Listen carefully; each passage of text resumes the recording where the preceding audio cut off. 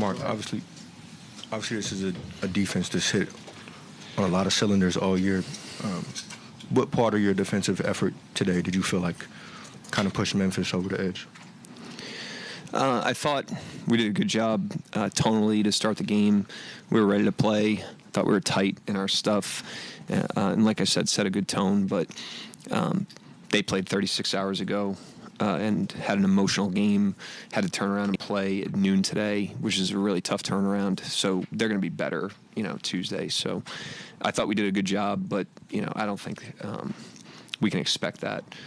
From them, they're going to play a lot better than that. They're going to be fresher. They have big-time competitors. So we need to be ready to play on Tuesday. A lot of that lead was built, when Shea was on the bench in the second. It probably speaks more to your depth. Just what you see when he was gone for the team to build that lead. Yeah, the units played well all year. They played well tonight. I thought Dub really set the tone with his facilitation. He did a really good job of getting the ball ahead of them. And then we made really good plays off of it. We made shots, and we also made extra passes and got ourselves some closeouts on offense. And so I thought he really set a tone just for the way he moved the ball. And so that group was positive, but all the way through, I was impressed with how the guys came out and played. Yeah, Mark, you guys set quite a few franchise playoff records tonight. One of them that sticks out is most forced turnovers in a game. So what do you like about you guys' point of attack defense? And didn't really seem like the Grizzlies got many good looks all night. Yeah, we were amped up. I give the guys a lot of credit for the week of practice that we had. That's a sneaky tough week because it's a lot of days without a game. It gets you out of the rhythm of games, and you have to get back into a kind of a practice mindset. And I thought they did a great job all week of just taking it a day at a time and knocking out what we needed to knock out. Our staff and two-way guys did a great job all week of helping us get ready. So I thought we were really sharp, start the game. I give a lot of credit to the preparation. But again, we've got to now, win the gaps between the games and prepare for the next one. And on the other side of the floor, 36 assists for you guys. What do you like about the ball movement, and not only the ball movement, but the player movement that you guys had tonight? Yeah, it took us a minute to get to there. I thought we were just like a little, late in the first quarter. And as it wore on in the first half, I thought we got a rhythm in terms of the way we moved it. And I thought we were sharp in our actions, which gets the initial advantage. So you combine those two things, and you're more difficult to guard. Mark, what did you see from Chet tonight, especially the looks he was getting offensively? Yeah, I thought he was really good. He's still working back, from a long layoff and injury. He's obviously a lot better now than he was right after it. He's put a lot of work in and done a great job. So he set a really good tone for us tonight on both ends of the floor. Rim deterrence, he was good on the glass, scrappy on the glass, and then had a good blend on offense. Mark, you've had times throughout the year where you've had this avalanche of run throughout a game.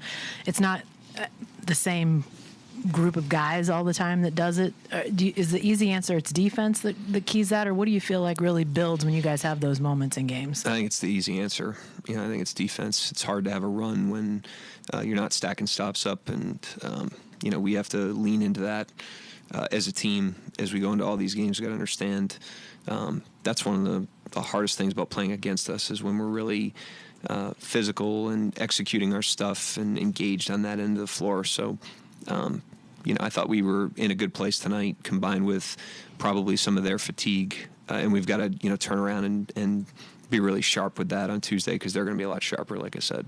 Is one of the hardest things against you guys the fact that run, the avalanche can come with a group that's largely second wave guys, and I guess it would just be hard for opponents. Do you feel like the ability to have that kind of run out with, Shea on the bench, Jalen on the bench, whatever the case might be, just really makes you guys difficult? Yeah, we just want to be a 48-minute team. We want to have balance in all the units. We're fully healthy right now, so it gives us a lot of options. And I thought everybody that went in the game tonight, including the guys down the stretch, did a great job of being ready to play and playing, compete together basketball, which is what we want to be about. Mark, it's Easter Sunday. Obviously a noon tip-off. Can you talk about the crowd? And you seem to give them some. They gave it back. It just completely engaged the entire game. Yeah, happy Easter to all our fans.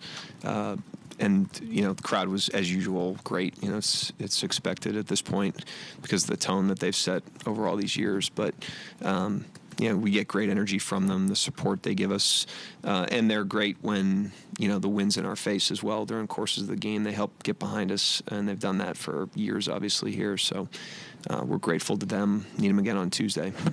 Mark, Shea had his usual bad game every 3 months today, and you win by historic margins, not just win, but easy.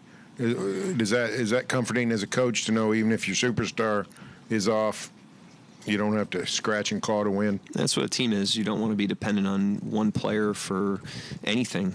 You don't want to. Lou Dort's a great defender, but our defense shouldn't be predicated on how Lou defends. I think that's what teams do, is they pick each other up, and they compensate for one another. The whole's better than the sum of the parts, and that allows everybody to just stay plugged in. I thought Shea didn't have it going early with his shooting, but stayed inside of what we were trying to do. Played a really good floor game, especially in the third. I thought he came out of halftime with great intentionality. He just made all the right plays, got his teammates shots. They started doubling him. I thought he handled those really well. So, look like your bigs, both Chet and Nyhart. They complemented each other really well tonight, offense and defense, whether it's rim protection, scoring, feeding the open guy tonight. Yeah, we've put a lot of time into that, since Chet's been back, just because he missed so much time, and that was just a version of our team that we didn't really know, and they didn't really know. So we've done that a lot, for this purpose, because there's going to be times in games and times in this series where we're going to need those guys out there together, and they've developed a great rhythm and collaboration on both ends of the floor. I thought they played really well in their minutes together today. And for a game that was pretty much over at halftime, you guys, it stayed pretty clean. Had like a 10-0 run to start the third quarter, and they never really let it devolve into just kind of ugly basketball. Yeah, we want to play the possessions and not the score. That's important. It's a series. We play Memphis again Tuesday. So regardless what the score is, whether you're up or down, you're always building habits. You're always setting a tone in a series. And I thought all the guys did a great job of just running through the finish line of the game. And taking advantage of every possession, not playing the score. Michael Martin, let's talk Thunder. Mark, you mentioned a lot of the context around the Grizzlies and sort of the play and the emotions of them getting this quick turnaround.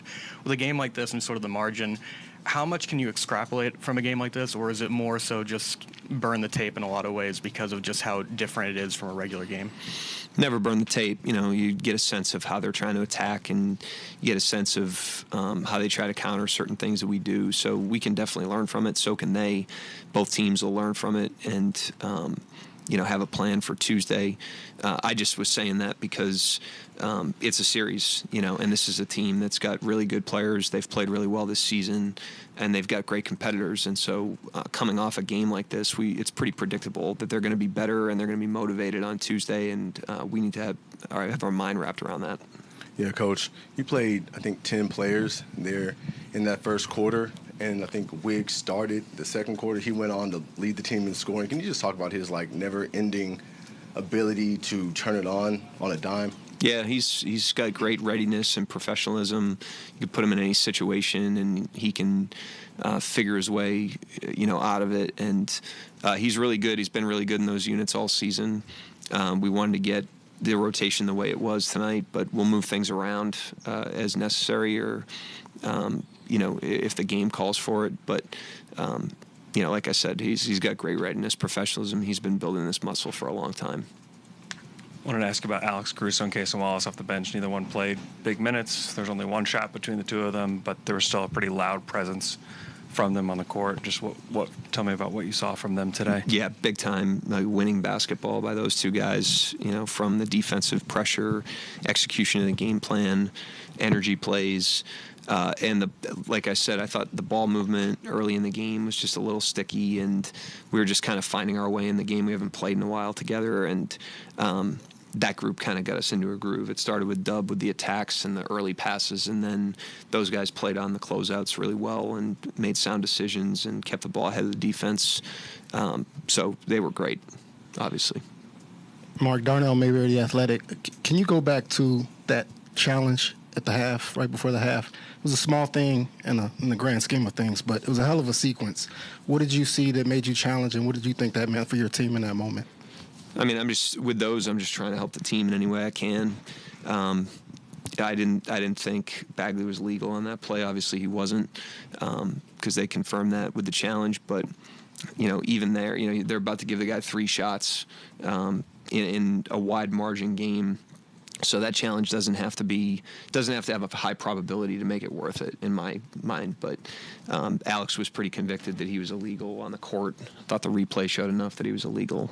That's why we went and got it. Yeah, Coach.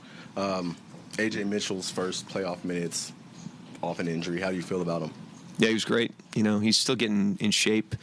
Like I said, the Chet conversation too. These guys are out for a long time. It takes time to get conditioning back. It takes time to get rhythm back. But in his time with us during the season, he proved to be, a highly functional player that brings certain utility to our group with the things that he does. And it was good to be able to get him out there for those minutes tonight and get him a burn and get him breathing, get him playing, build some confidence, because we're going to need all these guys to be ready to contribute their strengths at different times, including him. So I thought he did a great job. In 21, this team beat you by 73 points. Does any part of you think about that game today? No, I'm thinking about game 2. We go Riley with the last one.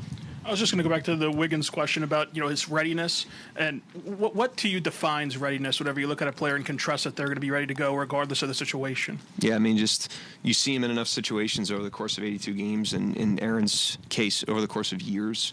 And when they can prove to be consistent in changing circumstances and in different contexts, then it's easy to trust them in any circumstance and in any context. And we've got a lot of guys like that. We try to help them build that muscle. That's part of being a pro.